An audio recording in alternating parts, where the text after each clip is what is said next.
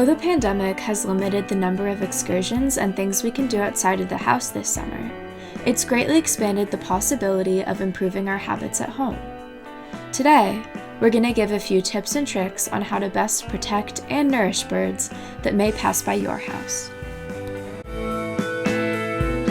Though hummingbirds are locals year-round in California, spring and summer are busy times for them.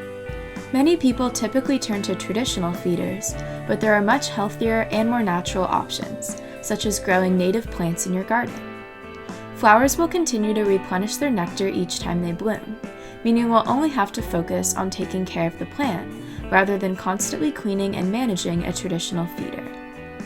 Tiny insects that also make up hummingbirds' diets often live on these flowers, so the birds can receive multiple sources of food in one.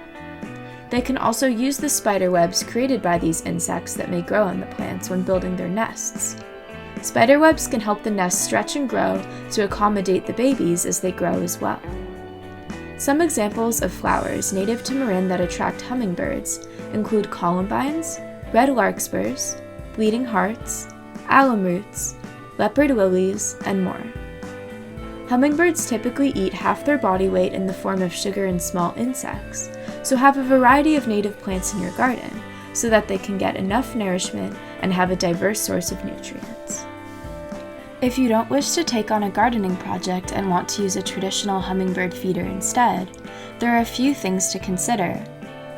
Using red dye may appear to be an effective way to attract hummingbirds, as they are drawn to the color red, but there is a high possibility that the chemicals in these dyes are harmful to the birds.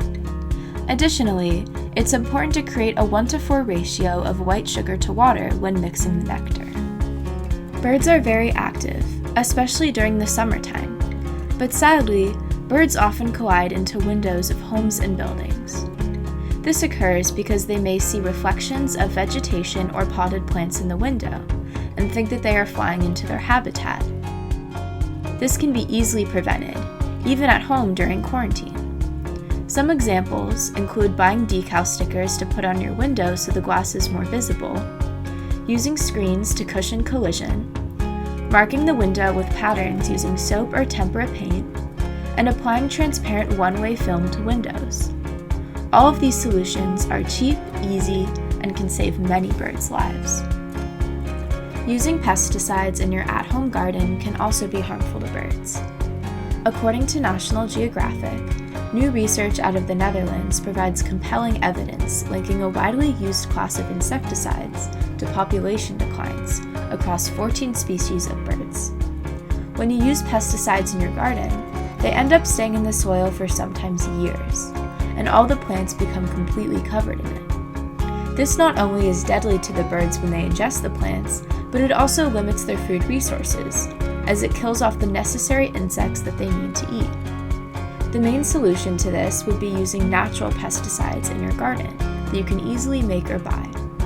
Some of these natural pesticides include soapy water, salt spray, and eucalyptus oil. This is an easy shift that is very beneficial to many species of birds and insects as well.